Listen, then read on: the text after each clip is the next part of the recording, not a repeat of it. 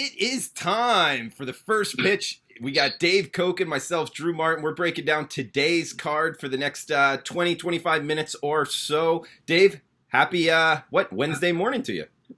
And this is going to be kind of a no small talk edition of First Pitch not because Prez does too much of that or anything like that. It's just I'm in a hurry this morning because I got the new wheels and they are going in for the tint job today. Tint jobs are very important in Las Vegas. Yes. Tint jobs, in my opinion, are very important anywhere, Dave. I think it makes the car look better, but in places like Las Vegas, man, it's one of the most important things you can do, right? You got to have it. So in it goes. I'll drive a loaner for the day, but since I deal with a Mercedes, it'll be a Mercedes loaner, which isn't too shabby.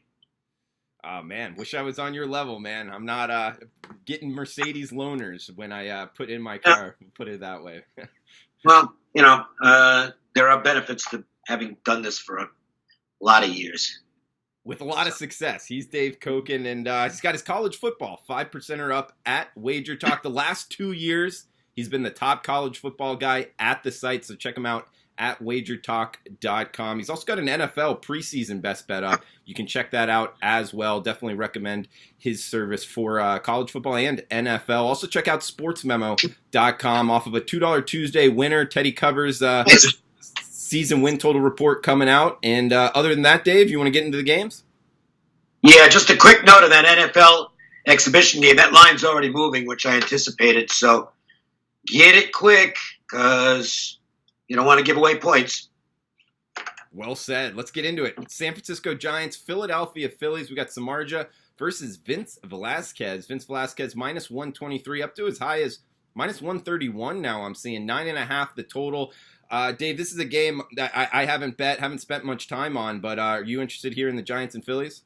No, I'm not going to play it. Samardzija has pitched better lately. I mean, Giants won 4 of his last 5 starts. And in those 5 starts, he's got an average game score of 63, which is, that's pretty good. So he's in a groove right now. And, the Giants just don't go away. They lost last night, but not like the Phillies are the model of consistency. And Vince Velasquez is certainly not the model of consistency. I think you could build a case for the Giants here, but they're no longer getting prices that make them as attractive as they were for most of July, when they were regarded as a bad team that was just playing well. And they produced a huge profit. Now those prices have come down to the point where there's not a lot of value in grabbing them anymore. I mean, 119 opening to 130 plus 120. I don't know. That's not that appetizing to me. Yeah, me neither. We got 8:15 Eastern here. First pitch: Chicago Cubs, St. Louis Cardinals. Big series here in Major League Baseball. Hendricks versus Michaelis. We got 8 being the total. Minus 110 to minus 115. It looks like the Cubs on the road. I lost on the Cubs yesterday with a personal bet, Dave. Hendricks and Michaelis have been very good.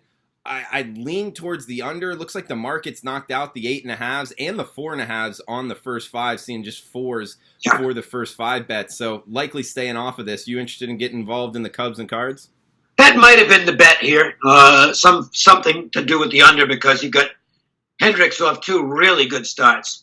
The Cubs lost them both. They're not hitting for him right now. In fact, the Cubs have lost the last 6 starts for Kyle Hendricks, but he's looked like Kyle Hendricks in his last 2 starts. Really good command and being able to finesse his way through lineups effectively. Michaelis, another of the Cardinals' Jekyll and Hyde guys, he has not been good on the road this year, but his average game score for the season at home is 62. That is way above average. So Michaelis is likely going to be difficult on the Cubs. I lean ever so slightly to the Cubs, but it's not going to be a play for me. I think this is a really tough game. And Dave, the rotation order for the night games, you got Tampa Bay, Boston up next? Yes. All right, head to the AL East here. We got Tampa Bay versus Boston. Looks like Rick Porcello on the hill for the Sox. Catching money here. Open minus 135, as high as minus 152 at Bookmaker. Big move here, Dave. 11 the total. You interested here? Yeah, in fact, I posted this. I haven't posted it yet, but I will. No, I probably won't because I'm playing it at a -1, and I can't really post that as a free play. But I will tell you that my blog free play today is on the Red Sox, and I went with the -1 route. I think they've got a good chance to get to Kittredge, and whoever follows him, because he'll pitch, 2 or 3 innings in all likelihood, and then give way to the rest of whatever Kevin Cash has up his sleeve tonight. Kevin Cash just made one of the worst moves he's ever made last night and got away with it. Took Charlie Morton out after 4 2/3 innings with Benintendi up, brought in a lefty reliever, and Benintendi takes him over the wall and gives the Red Sox the lead, which they could not hold because of their bullpen. Boston kind of gave that game away last night. They blew some really good scoring opportunities and came up short. But, boy, I'm telling you what, you want to talk about run production. In his last 5 starts, I believe the Red Sox have gotten double figures offense in each of Porcello's last 5 starts. They've scored 69 runs in his last 5 starts. So while Porcello continues to struggle, the team keeps on winning when he's out there. He's won 4 in a row, even though he's not going to get any awards for the way he's pitched. I think the Red Sox lineup just deserves a pretty good advantage over the Rays lineup, and I expect them to win this game. So what I would do here, I took a little bit of a shot here. I went with the money line and the runs line. I split them. I think the Red Sox can win this one by a margin. And I don't normally do this, but on something less than 150. But I went ahead and did it tonight. Call it a little bit of greed if you want to.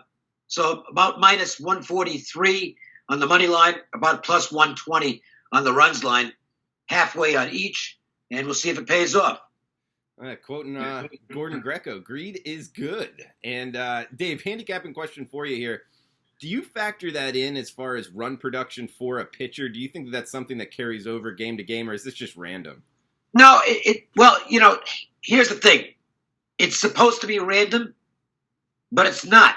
I can't explain it. It seems like it's almost a psychological thing where when Porcello's on the mound, it's like, well, we know we're going to hit tonight. It's just a confidence thing. And there's no way to. The only thing I was thinking, Dave, it's a random factor that somehow isn't random. Right. I was thinking that too. And the only thing I could think of is how fast the pitcher gets the ball and then pitches. Because I think that helps hitters as well. Whereas if they're out there in the field for a half hour, for a half inning, I think that kind of hurts them coming back to the plate. That's the only thing I could think of. I just think it's one of those deals where it's like when Jacob deGrom, and we'll talk about him in a little bit, pitches for the Mets. I don't know. I don't know why they never score for him, but they never score for him. So you got one of the best pitchers in baseball. I mean, if you're making out your list of top 5 pitchers, deGrom's probably on your list. Right. And yet the Mets are 7-14. They play their worst baseball when he's on the mound. It's just the weirdness of sports betting. Not everything. If everything was the way it was supposed to be in sports betting, we'd all win every single day. Right. We'd never lose. Okay, but it's not, and that's what makes this thing tricky. It also makes it fun. And we got Houston, Cleveland up next, Dave. Zach Plesac on the hill. I believe the nephew of Dan Plesac for the MLB Network. Yes. 9.5 the total. Minus 140 to minus 145 here, Houston. They're getting healthier, Dave. I have him as bet on. Zach Plesac's a guy I haven't really bet on or faded yet. Haven't got enough to see him, I feel. But are you interested in this price? What, up over minus 140 for Houston right now? The market's strong on Houston here, and the Astros are really hot. And this is not a team to go against when they're hot. And Urquidy's an interesting young guy. Now, I don't know if his stuff plays long-term. I think he'll have to expand his repertoire. But what they basically, after his first start, since then they said, look, just throw the fastball, okay? Because he's got a good his secondary stuff isn't there yet. But these hitters who haven't seen him yet, tough. He's posted some good numbers, and he's got good control. 3 walks and 23 strikeouts. That's really impressive for a young guy. No, I think the market's right. I don't recommend it as a play at the price it's at now. I think you kind of missed the boat on it, but the Astros look like the right side to me. Yeah, no, good breakdown. I mean, as far as good fastball, good control, it doesn't take a lot else to have some success here being a pitcher. We got Seattle, Texas, Mike Minor on the hill for the Rangers. I am seeing one number of minus 170-ish at bookmaker, Dave, but other than that, not seeing many numbers. You want to hit this one? Well, we don't know who's starting for Seattle. It's LeBlanc is the primary tonight. The problem is the Mariners, the goofy Mariners, that won 6 in a row now, and Texas is going bad. So that's an awfully big price to lay. And Mike Minor has struggled a bit lately. The Rangers have lost each of his last 4 starts. All right, we got 3 games left, the interleague slate. We got Dave Cokin's college football 5%er for week 1 up at WagerTalk. Last 2 years at WagerTalk, he has been the top handicapper. Recommend him over there. Also an NFL preseason best bet up at WagerTalk, so check that out. We got Sports Memo. It's hot right now. Big plays up for Wednesday's card. Also football coming out as well. The Sports Memo podcast is going to be posted early this afternoon on soccer and golf with Nick Borman, so check out the site as well. We got Minnesota Twins, Berrios on the hill, Miami Marlins, Sandy Alcantara on the hill. Man, Berrios catching some money. Opened minus 174, Dave, up to as high as minus 200. 8 being the total. I'll tell you this, Dave. Berrios' profile, hard-throwing strikeout guy against this Marlins lineup. Not that the Marlins do good against anybody, Dave, but against this type of profile, they really struggle. Cooper, now I'm seeing he's banged up. Outside of Cooper and Anderson, there's not much there. I don't see the Marlins having much success at all. How do you see it? Yeah, Cooper did something to his hammy last night. Hopefully it's just a strain. He's had a really good year for them. So, in essence, a team with a bad offense now loses their best offensive player. Not a good thing for them. Berrios, he's solid. I mean, he's solid across the board, too. I mean, his numbers, his best numbers are first time through the lineup, but he doesn't drop off appreciably. So you figure he's going to handle this team. Alcantara, really good first time through the lineup. But after that, not so good. And this looks like a game where the Twins should eventually take command and get a win. We got New York Mets, Chicago White Sox up next. DeGrom versus Giolito. 8 being the total. DeGrom catching a bunch of money here, Dave, up to the minus mid-180s here. 2 good pitchers on the hill. I like DeGrom here. I also like the under. How do you feel? Giolito had some command issues in his last start. He was in the middle of the plate. That's not a good place to be. And they get 4 home runs off him in his last start. So, you're just going to be a little concerned that the innings might be starting to pile up on Giolito. He's had a really good year, breakout season, but he is getting up there now in the innings. DeGrom just keeps rolling along, and it's real simple. Do the Mets get him any runs, or does he have to pitch a perfect game? And that's the problem for DeGrom. And look, maybe Giolito gets back on the mark tonight. I can't lay that kind of a price with the Mets, but I also don't like going against DeGrom because he is capable of 7 innings, no runs on any good given night.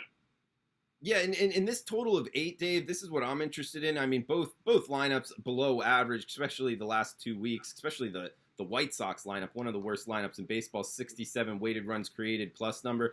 The Mets coming more so from the lefty side against Giolito. He does have a good changeup. I think he could have success. I look towards the under of 8 here. You interested in the total? No, not really. 4 over minus 120 or 4.5 under minus 125 on the first 5. I don't even bother with looking at full game totals, and I'm not changing off that. It's been working for me pretty well.